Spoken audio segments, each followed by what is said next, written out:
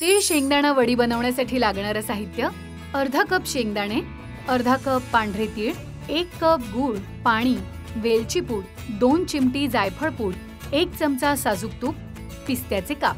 शेंगदाणे भाजून घेत त्याचा कूट करायचा. आता तीळ भाजून घेत तेही दळून घ्यायचे. आता थोडंसं पाणी घालत गूळ वितळून घ्यायचा आणि यात वेलची, जायफळ, साजूक तूप आणि तयार केलेलं सारण यात घालायचं आणि मिसळून घेत तूप लावलेल्या ताटात काढायचं. वर आवडीप्रमाणे सुकामेवा घालायचा आणि याच्या वड्या पाडायच्या. झाली आपली तीळ शेंगदाणा वडी तयार. तर सगळ्यात आधी पॅन गरम करून घेतलेला आहे. यामध्ये अर्धा कप शेंगदाणे घ्यायचेत कच्चे आणि हे छान खरपूस आपल्याला भाजून घ्यायचं. शेंगदाणे मस्त असे खरपूस भाजून झाले की मिक्सरचं भांडं घ्यायचं. थंड करून मिक्सरच्या भांड्यामध्ये घातले तरी चालतील, पण मी आत्ताच घालते.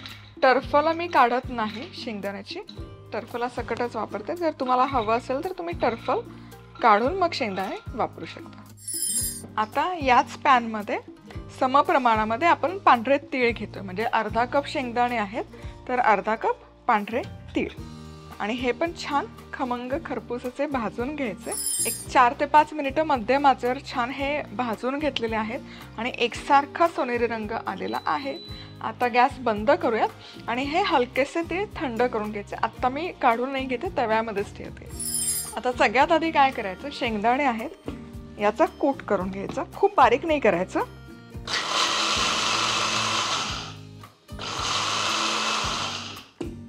थोडेसे शेंगदाण्याच्या कुटामध्ये अगदी बारीक नाही आपल्याला करून घ्यायचं, थोडेसे दाणे राहिले पाहिजेत. सो एकसारखं फिरवायची गरज नाहीये. हे हलकंसं तुम्ही बघू शकाल टेक्स्चर राहिलं पाहिजे. अगदी फाईन पावडर करायची नाही, म्हणजे ती वडी खाताना चवीला खूप छान लागते. आणि जसं मी सांगितलं आधीच की हवं असेल तर तुम्ही टर्फलं काढून शेंगदाणे घेऊ शकता. आता यामध्ये हे तीळ घालूयात भाजलेले. तर तीळ घातल्यानंतर हे फक्त आपल्याला एकजीव करायचं. तिळाचा भुगा नाही झाला पाहिजे, तीळ अख्खे दिसले पाहिजे. फक्त आपण हे एकजीव करून घेतो.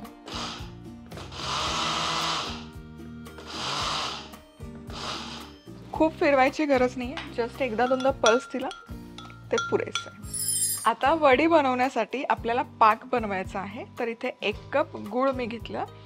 गूळ किसून किंवा तुकडे करून घेऊ शकता.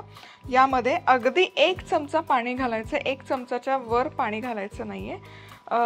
पाणी घालायची पण गरज नाही पडत, पण बऱ्याचदा मला अशा तक्रारी येतात जेव्हा वडी बनवायला घेतात की वडी पडलीच नाही किंवा ती भुसभुशीत झाली.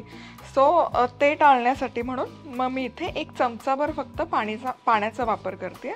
शक्यतो जेव्हा मी बनवते तेव्हा नाही वापरत, पण तुमची रेसिपी फसायला नको म्हणून. आता हे यातले जे खडे आहेत ते सगळे मेल्ट झाले पाहिजे आणि गूळ छान एकजीव झाला पाहिजे. आता इथे गूळ छान विरघळलेला आहे, तुम्ही बघू शकाल. छान मेल्ट झाला, एकजीव झाला आणि त्यामध्ये खडे वगैरे अजिबात नाही आहे.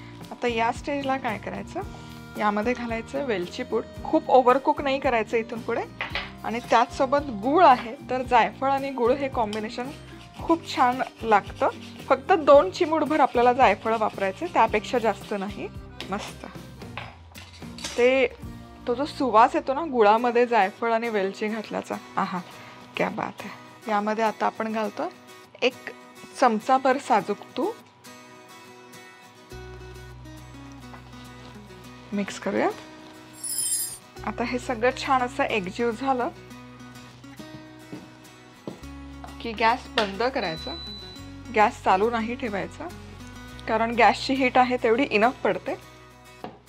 हे पटकन मिक्स करायचं. ही स्टेप आहे ना खूप फटाफट करायची, यामध्ये वेळ घालवायचा नाही.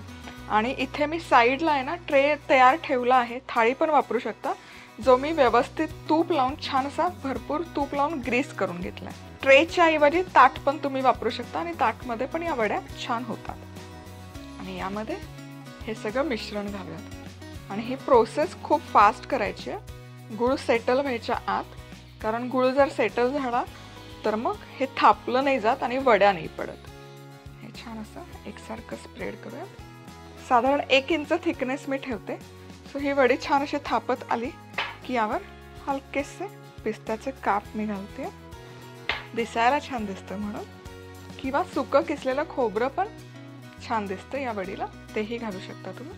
आता ही अगदी 5 मिनिटं आपण सेट होण्यासाठी ठेवणार आहोत, त्यापेक्षा जास्त वेळ नाही. मग 5 मिनिटांनी आपण याच्या वड्या पाडून घेऊ. 5 मिनिटं जेमतेम झालेली आहेत. आता याची आपण वड्या करून घेऊयात. सो हे गरम गरम असतानाच करायचं आहे. खूप थंड झालं, गूळ सेटल झाला तर वडी अशी छान क्रिस्प निघणार नाही, भुसभुशीत होईल. त्यामुळे पूर्ण थंड नाही करायचं हे मिश्रण. आणि असं वाटलं की खूप थंड झालं मिश्रण तर ती ताट किंवा थाळी जी आहे ती गरम गॅसवर 1 मिनिट पकडायची, म्हणजे मग त्याला खालनं गूळ हलकासा मऊ व्हायला सुरुवात होते. वड्या इथे सगळ्या बनवून तयार आहेत. तुम्ही बघू शकाल मस्त एकसारखी कट झालेली आहे, दिसतायत खूप सुंदर.